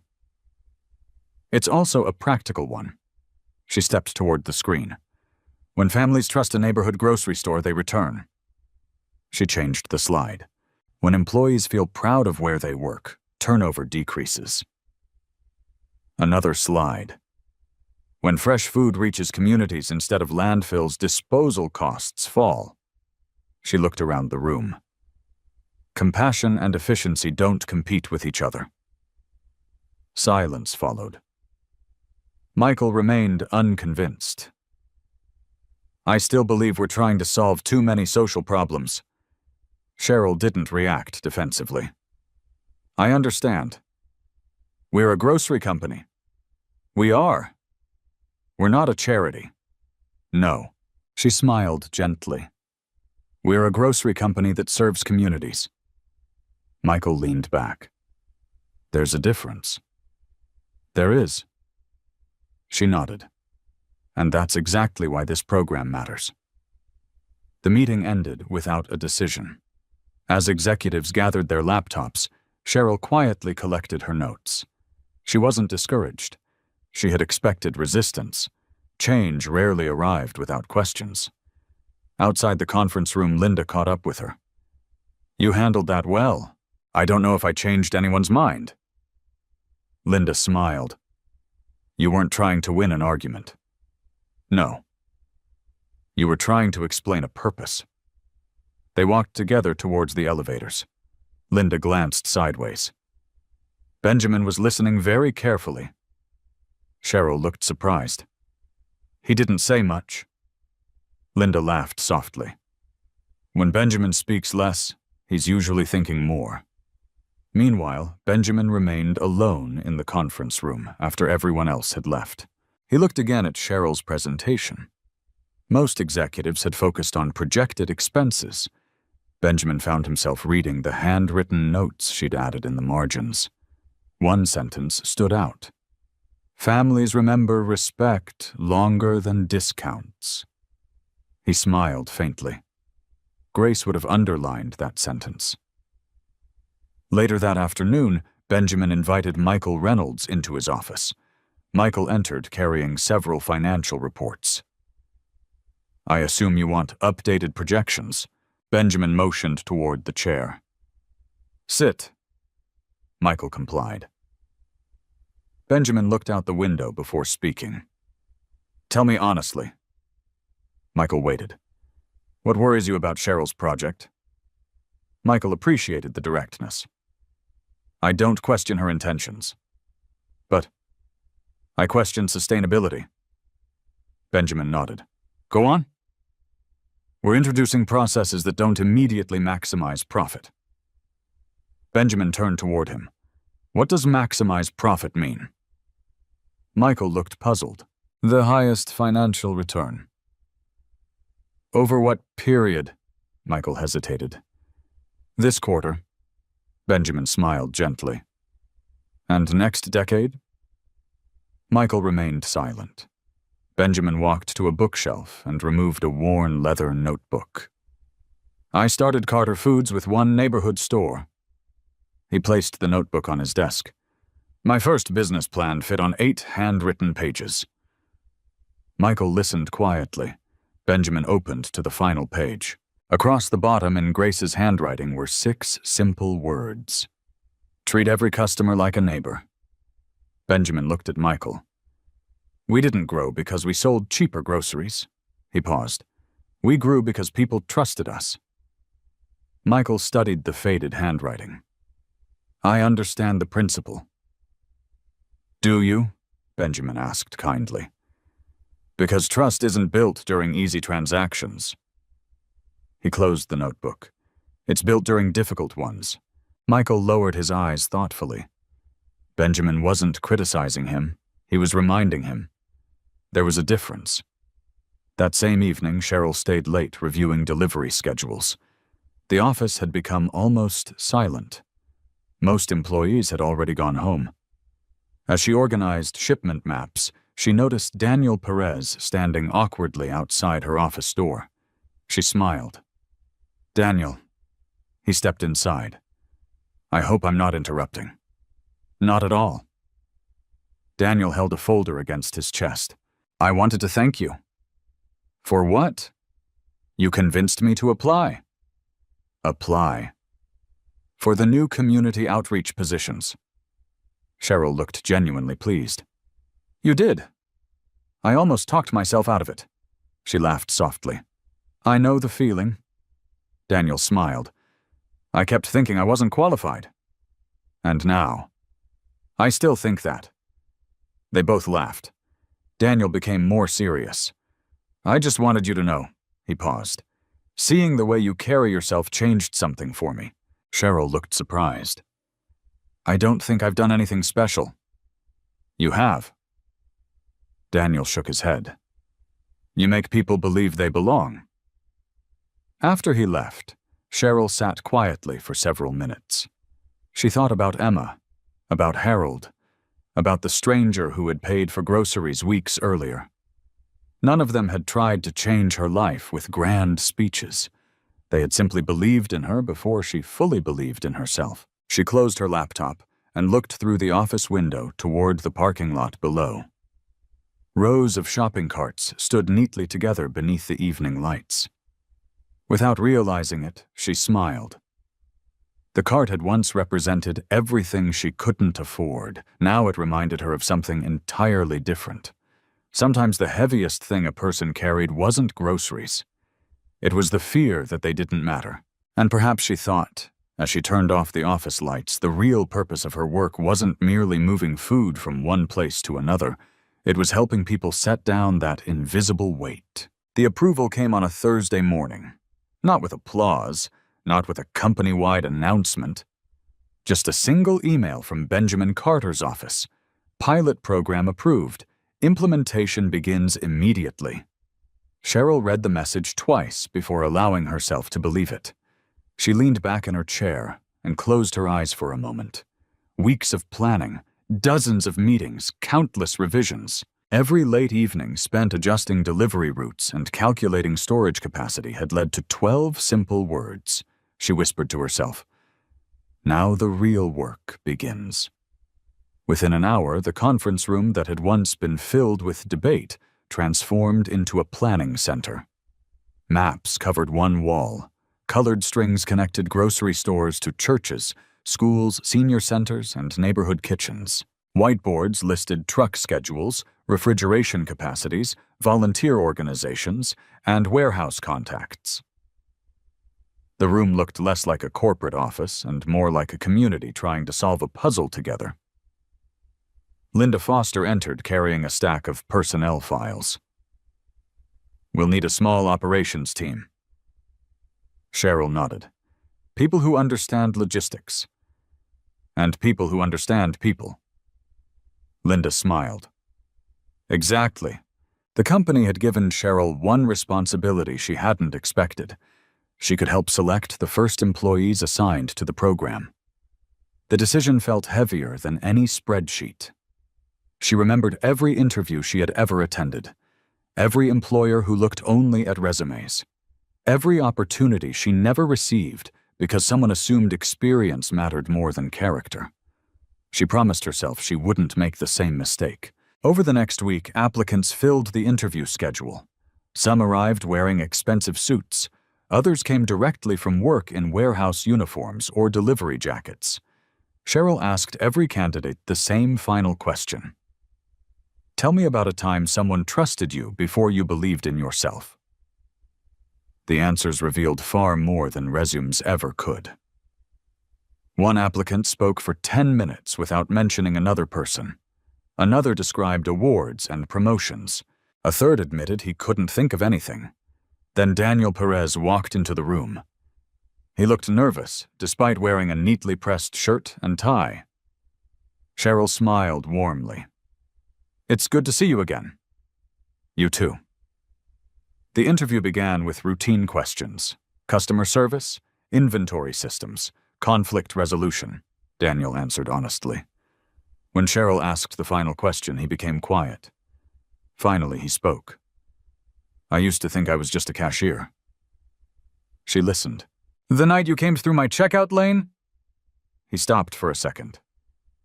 "I wanted to do more." "You already did." Daniel shook his head. "I followed instructions." He looked down briefly. "But after you came back the next morning to leave $20 for someone else." His voice softened. "I realized kindness can spread faster than fear." Cheryl smiled. "What changed?" "I stopped waiting for permission to care." The room fell silent. After Daniel left, Linda looked at Cheryl. "What do you think?" "I think he understands why this program exists." "He doesn't have management experience." "No." "But he has something harder to teach." Linda smiled knowingly. "Empathy." Daniel received the position. A few days later, another familiar name appeared during hiring discussions. Olivia Grant, the same store manager from the night Cheryl had been humiliated. She had submitted a request to transfer into community operations. Several committee members immediately objected. "Her customer service record has complaints." She created unnecessary conflict. I don't think she'd fit this culture. Cheryl quietly read Olivia's application. Attached was a handwritten letter. It wasn't polished. There were crossed-out sentences and uneven handwriting. One paragraph caught Cheryl's attention. I've spent years measuring success by speed and numbers. The night I embarrassed a mother who was trying her best, I went home believing I'd simply enforced company policy. I didn't realize until much later that I had forgotten the human being standing in front of me. If people can change, I'd like the opportunity to prove I can. The room waited for Cheryl's opinion. She placed the letter on the table. I'd like to interview her. Several people looked surprised. During the interview, Olivia didn't defend herself. She didn't blame pressure from headquarters. She didn't mention staffing shortages. Instead, she said something unexpected. I replay that night more often than I'd like to admit. Cheryl remained silent. I keep wondering, Olivia swallowed, what Emma must have been thinking while I hurried her mother. Cheryl answered honestly. She was thinking about strawberries. Olivia lowered her eyes. I'm sorry. The apology wasn't dramatic. It wasn't rehearsed. It sounded painfully genuine. After the interview, Linda asked, Can you work with her? Cheryl looked through the conference room window. People trusted me when I needed a chance. She turned back. I'd like to do the same. Olivia joined the pilot program. When she learned Cheryl had supported her application, she stood speechless for several seconds. You didn't have to. I know. After everything, Cheryl smiled gently. If this program is about second chances, we should probably believe in them. Those words stayed with Olivia. As the team grew, the atmosphere began to change. Warehouse employees suggested new ideas without fear. Cashiers reported surplus food before it spoiled. Store managers coordinated directly with community kitchens instead of waiting for instructions. Every small improvement connected to another. Benjamin watched quietly from a distance. He attended planning meetings but rarely interrupted. He preferred listening. One afternoon, he walked through the operations center where Cheryl and her team were preparing the first week's distribution schedule. Daniel was reviewing delivery times. Olivia was calling neighborhood churches to confirm refrigeration space. Linda was updating partnership agreements. Cheryl moved from one conversation to another, answering questions, solving problems, encouraging hesitant employees. She never raised her voice. She never hurried anyone unnecessarily, yet work continued smoothly. Benjamin stopped beside Linda. Notice anything? She smiled. Everyone's talking to each other. Exactly. He looked around the room. No one's trying to protect their department. They're protecting the mission. Benjamin nodded. Grace had once told him that real leadership wasn't measured by how many people followed one person. It was measured by how many people began helping one another without being asked. Looking around the room, he realized that was exactly what Cheryl had created. Not through authority, not through fear, not even through experience. She had built it through trust. And trust, Benjamin knew, was always the strongest foundation any community or any company could ever have. By early autumn, the pilot program had been operating for just over 6 months. What had started as a modest experiment connecting 5 Carter food stores with a handful of neighborhood organizations had quietly expanded across Columbus. No one inside the company had expected the numbers. Food waste from participating stores had fallen by nearly 38%. Transportation costs had dropped instead of rising. Employee turnover in the pilot locations was the lowest in the region. But the figures that meant the most to Cheryl couldn't be found in any spreadsheet. Every Tuesday afternoon, she visited one of the community partners instead of staying behind a desk. She believed reports explained results. Conversations explained people. One rainy afternoon, Cheryl stopped by the East Haven Community Kitchen, where volunteers were preparing dinner for nearly 200 families. Boxes of fresh tomatoes, Lettuce, apples, yogurt, and whole-grain bread lined the walls. Only a year earlier, most of those foods would have been discarded before anyone had the chance to enjoy them. Now they were becoming warm meals. Pastor Samuel Reed greeted Cheryl with a broad smile. "You've got to see this." He led her toward the dining hall. Children laughed around long tables, while parents chatted over bowls of homemade vegetable soup. No one rushed. No one stood in line clutching plastic bags. The room felt less like a charity and more like a neighborhood dinner. Pastor Reed lowered his voice. "Do you remember Mrs. Alvarez?" Cheryl searched her memory. "The grandmother raising 2 boys?" He nodded. "She started volunteering 3 weeks after receiving food deliveries. And now? Now she coordinates our evening pantry." Cheryl smiled. "That's wonderful. It keeps happening." Pastor Reed pointed discreetly across the room. "The young father serving bread." Cheryl nodded. "He was one of the first families your program helped." She watched the man laugh as a little girl asked for another slice. "He comes every Saturday now." Not because he needed food, because he wanted to help prepare it. Driving back to headquarters, Cheryl thought about Emma's drawing of hearts floating above a grocery cart. Perhaps kindness really did travel farther than anyone expected. The following Monday, Carter Foods hosted its quarterly leadership meeting. Executives from every region filled the large auditorium. Charts covered the giant projection screens: revenue, growth, operating costs. Then came the final presentation. Linda introduced Cheryl to the stage. As applause faded, Cheryl stood behind the podium for a moment before speaking. "I could spend the next 20 minutes discussing percentages." A few executives smiled. "They matter." She clicked to the first slide. Instead of graphs, a photograph appeared. It showed a school cafeteria where children were choosing fresh fruit from colorful baskets. "This is Lincoln Elementary." Another photograph. A senior center. Another. A neighborhood kitchen. Another. Store employees unloading fresh vegetables while local volunteers greeted them by name. "The success of this program isn't that we moved food." She paused. "It's that we built relationships strong enough to keep moving it." The room grew quiet. She explained how store employees had begun suggesting improvements without being asked, how warehouse workers took pride in reducing waste, how community organizations now planned menus around reliable deliveries instead of unpredictable donations. Then she reached her final slide. It showed a simple shopping cart. Nothing inside it, just the cart. Several executives looked puzzled. Cheryl smiled.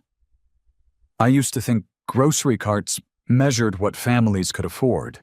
She looked across the audience. "Now I believe they measure something else." No one spoke. "They measure whether people feel welcome enough to fill them." Silence lingered for several seconds before applause slowly spread through the auditorium. Benjamin remained seated. He didn't clap immediately. Instead, he watched the employees. Many weren't applauding because they had been instructed to. They were applauding because they recognized their own work inside Cheryl's words. When he finally joined them, his applause was quiet but heartfelt. After the meeting, Michael Reynolds approached Cheryl near the lobby. She wasn't expecting it. "I owe you an apology." She looked surprised. "You don't owe me anything." "I do." Michael smiled awkwardly. "I spent months trying to prove this program wouldn't work." He glanced toward the auditorium. "I was wrong." Cheryl answered gently. "We were solving different problems." Michael nodded. "I was looking at quarterly reports. And I was looking at neighborhoods." He laughed softly. "I've started visiting them too." She smiled. "What do you think?" "I think spreadsheets leave out important people." For Cheryl, that admission meant more than winning an argument ever could. A week later, another unexpected visitor arrived at headquarters. Harold Simmons walked into Cheryl's office carrying a cardboard box. "I've got something." "What is it?" He opened the box. Inside were dozens of handwritten suggestion cards collected from warehouse employees. "What's this?" "They asked me to give these to you." Cheryl picked up the first card. "Thank you for proving warehouse workers can change more than inventory." The next. "My daughter eats fresh fruit because of this program." Another. "I've never been prouder to wear this company logo." One after another, the messages filled the room with quiet gratitude. Cheryl blinked back tears. Harold smiled. "You always thought you were organizing shipments." He nodded toward the box. "You've been organizing hope."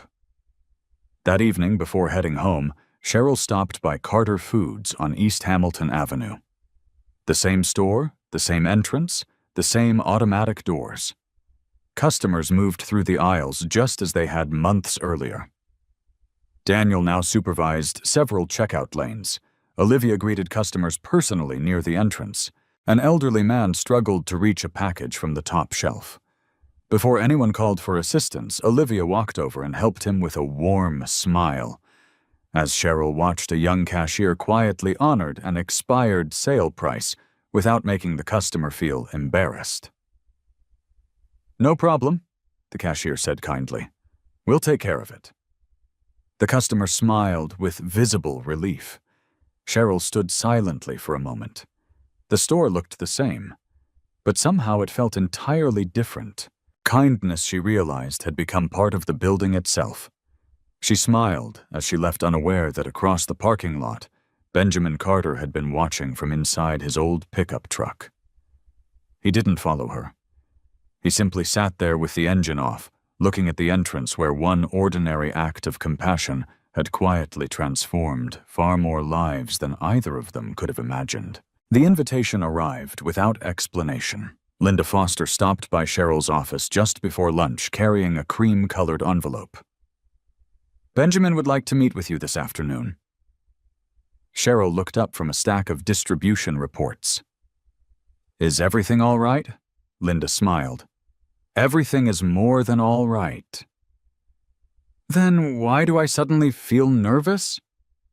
"Because important conversations usually begin that way." At 3 o'clock sharp, Cheryl knocked gently on Benjamin Carter's office door. "Come in." The office looked much as it had during their first meeting. Floor-to-ceiling windows overlooked downtown Columbus. Bookshelves lined one wall. A framed photograph of Grace still rested on the corner of his desk. Benjamin stood beside the window holding 2 mugs of coffee. "I remembered you take yours with just a little cream." Cheryl accepted the mug with a grateful smile. "You remembered." "I try to remember things that matter." For a few minutes, they talked about ordinary subjects. The latest community partnerships, a school pantry opening on the west side of the city, a refrigerated truck that had finally been repaired after weeks of delays. Then Benjamin became unusually quiet. He walked to a wooden cabinet behind his desk and unlocked the top drawer. From inside, he removed a simple manila folder. He placed it carefully on the desk between them. "I've been waiting a long time to show you this." Cheryl looked at the folder, but didn't reach for it. "What is it?" "Open it." She slid the papers from inside. At first, she didn't understand what she was looking at. Then she froze. It was a grocery receipt. The date, the store location, the total, the discounted items, the strawberries, every detail returned in an instant. She looked at the bottom of the receipt where another line had been added. "Paid in full." Her fingers trembled. "This is..." Benjamin nodded gently. "The receipt from that Friday night." Cheryl stared at it without speaking. She could almost hear the register beeping again. She could see Emma placing the strawberries back on the conveyor belt. She could hear the impatient voices behind her. For months, she had wondered about the stranger who had disappeared before she could say thank you. Slowly, almost reluctantly, she lifted her eyes toward Benjamin. "It was you." Benjamin didn't answer immediately. Finally, he nodded. Yes. The room fell silent. Not an uncomfortable silence. The kind that arrives when two people realize they have unknowingly shared the same story from opposite sides. Cheryl swallowed hard. I've imagined that moment so many times. She smiled faintly through gathering tears. I thought maybe it was a pastor. She laughed softly. Or a retired teacher. Benjamin smiled. I've been mistaken for worse. She shook her head. Why didn't you tell me? Because I didn't want your future to belong to my generosity. She looked at him confused. Benjamin leaned forward. If I had introduced myself that night, he paused. Every success afterward would have felt connected to a favor. He folded his hands. I never wanted that. Cheryl lowered her eyes to the receipt again. So every opportunity you earned. The interviews? You earned. The promotion you earned. The trust. Benjamin smiled warmly. You earned every bit of it. A tear finally slipped down Cheryl's cheek. She wiped it away quickly. I spent weeks trying to figure out how to thank the person who paid for our groceries. Benjamin shook his head. You already did. She looked puzzled. When? The next morning. He smiled. When you came back and left $20 for the next family. Cheryl stared at him. You knew about that? I watched. Another long silence settled over the office. Benjamin stood and walked toward the window. When Grace came home crying all those years ago, he spoke quietly, almost as though he were talking to himself. I promised that if I ever had the chance, I'd build stores where people never had to choose between food and dignity. He turned back toward Cheryl. I've spent decades trying. And then I met you. Cheryl listened without interrupting. You taught me something I hadn't fully understood. Benjamin's voice softened. Kindness doesn't end when someone receives it. He looked directly into her eyes. It begins. Cheryl felt her throat tightens. I didn't do anything extraordinary. You did. Benjamin shook his head gently. You refused to let generosity stop with you. He pointed toward the framed reports displayed on the wall. Those community kitchens. The school partnerships. The employees you've inspired. The family's eating fresh food tonight. He smiled. None of that happened because I paid $27.43. He paused. It happened because of the choices you made afterward. The words settled deeply inside Cheryl. For months she had quietly carried a feeling that she somehow owed Benjamin for everything that had happened. Now that burden slowly disappeared. Not because she was ungrateful, because he had never wanted gratitude to become a debt. Benjamin reached into the same folder once more. This time he removed a small photograph. It showed Grace standing beside an old grocery checkout lane, laughing at something outside the frame. He handed it to Cheryl. This was taken a few weeks before we opened our first store. Cheryl smiled. She looks happy. She was. Benjamin's eyes softened. She believed every person deserved to leave a grocery store feeling respected. He chuckled quietly. She would probably tell me I've been talking too much today. Both of them laughed. After a moment, Cheryl looked again at the receipt. I kept thinking that night was about the groceries. Benjamin smiled. It never was. She looked up. It was about being seen. Benjamin nodded slowly. Exactly. Before Cheryl left, Benjamin walked with her to the office door. She turned back one last time. I still don't know how to thank you. He smiled with the same quiet warmth she remembered from that forgotten Friday night, though she hadn't known his face then. If you really want to thank me, she waited. Keep doing what you've already been doing. He glanced toward the busy offices beyond the hallway. Make sure the next person who feels invisible isn't. Cheryl nodded. I promise. As the elevator doors closed behind her, she looked once more at the faded grocery receipt still resting in her hands. For the first time, it no longer reminded her of $27.43. It reminded her of the moment one quiet act of kindness had refused to end with a single checkout lane, and had instead become the beginning of 1,000 new stories. 1 year later, the East Hamilton Avenue Carter Foods looked almost exactly as it had on the night Cheryl Murphy's life quietly changed. The automatic doors still opened with the same soft whoosh. Children still asked for cookies from the bakery. Employees still hurried through busy Friday evenings with shopping carts weaving between checkout lanes. To most customers, nothing seemed different. But the people who worked there knew better.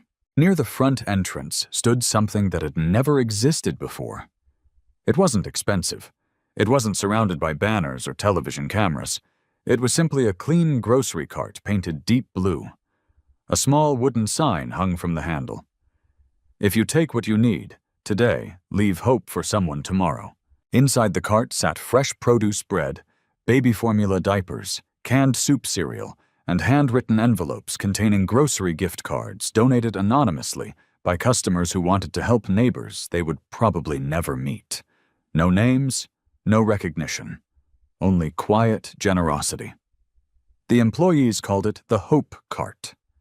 Customers loved it because it never made anyone feel like a charity case. If a family came up a few dollars short at the register, the cashier could simply point to the cart. If a single father needed diapers before payday, he could take a package without filling out forms. If an elderly woman hesitated over medicine or fresh fruit, someone would quietly add a gift card to her receipt without announcing where it came from.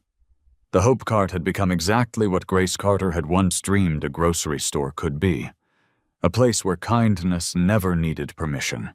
On a crisp October evening, Cheryl walked through the store holding Emma's hand. Emma was now 9 years old.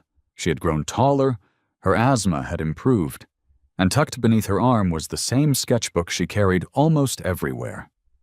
Daniel Perez, now the store's community operations supervisor, greeted them with a wide smile.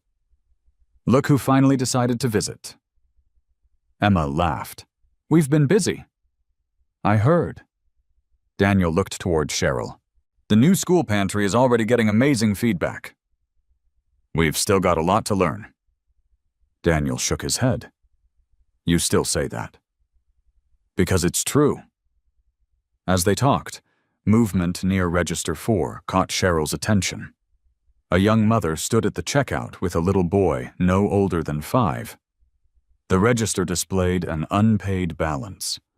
The woman searched desperately through her purse.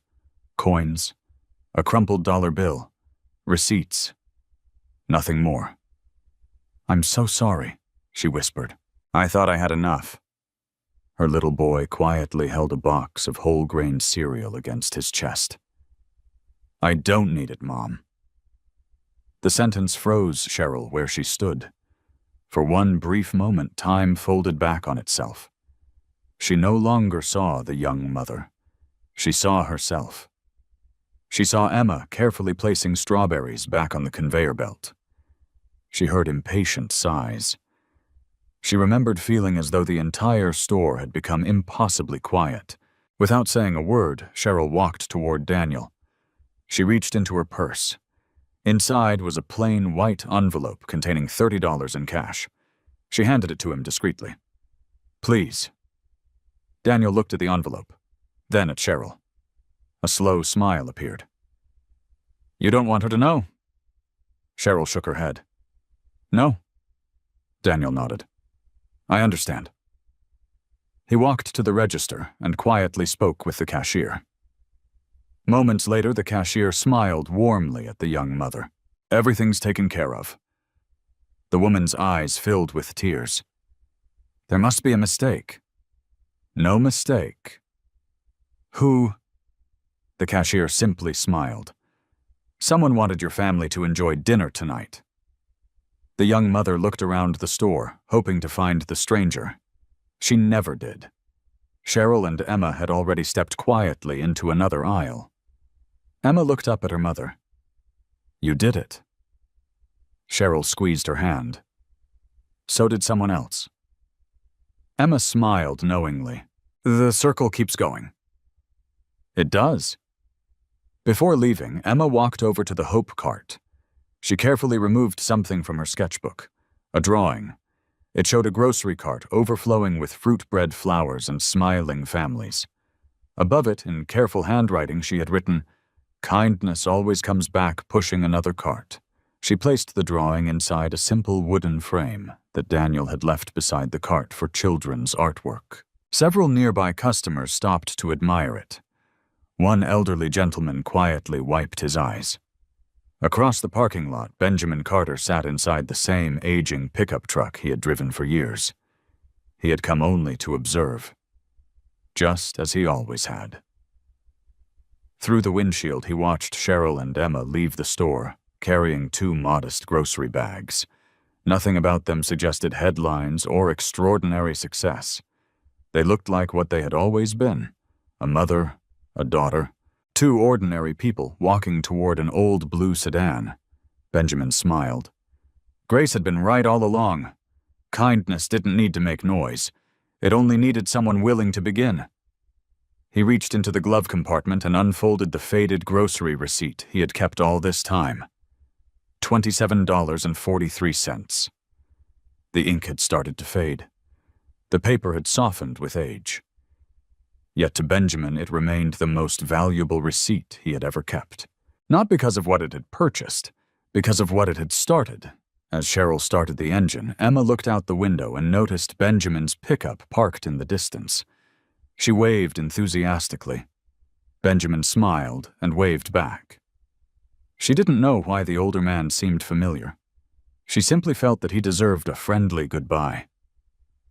Benjamin waited until their blue sedan disappeared into the evening traffic before starting his own truck. The parking lot slowly emptied.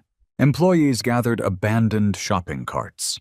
The Hope cart remained near the entrance, waiting quietly for the next family who might need it, waiting for the next opportunity to remind someone that dignity and kindness could exist in the same place, waiting for another ordinary person to discover that the smallest act of compassion could become the beginning of a story far greater than anyone imagined. Sometimes the greatest miracle isn't that someone rescues us when we fall. It's that they help us stand without making us feel small. True kindness protects a person's dignity. It doesn't ask for applause, repayment, or recognition. It simply opens a door and trusts that the person walking through it will one day open another door for someone else. Cheryl never became extraordinary because a billionaire paid for her groceries. She became extraordinary because she refused to let one act of kindness end with her. Benjamin didn't change the world by spending $27.43. He changed it by believing that character deserved opportunity and by stepping back so someone else could shine. Every one of us has the chance to become part of that same circle. Sometimes we are the person who needs help. Sometimes we are the person who notices. And sometimes we are the quiet stranger who reminds another human being that they are seen valued and never alone. If this story touched your heart, we'd love to hear from you. Tell us where you're watching from and what time it is in your city. Have you ever experienced a small act of kindness that changed your life? Share your story in the comments so others can be encouraged by it. If you enjoyed this journey, please share it with someone who needs a little hope today, and subscribe for more stories that remind us how powerful compassion can be.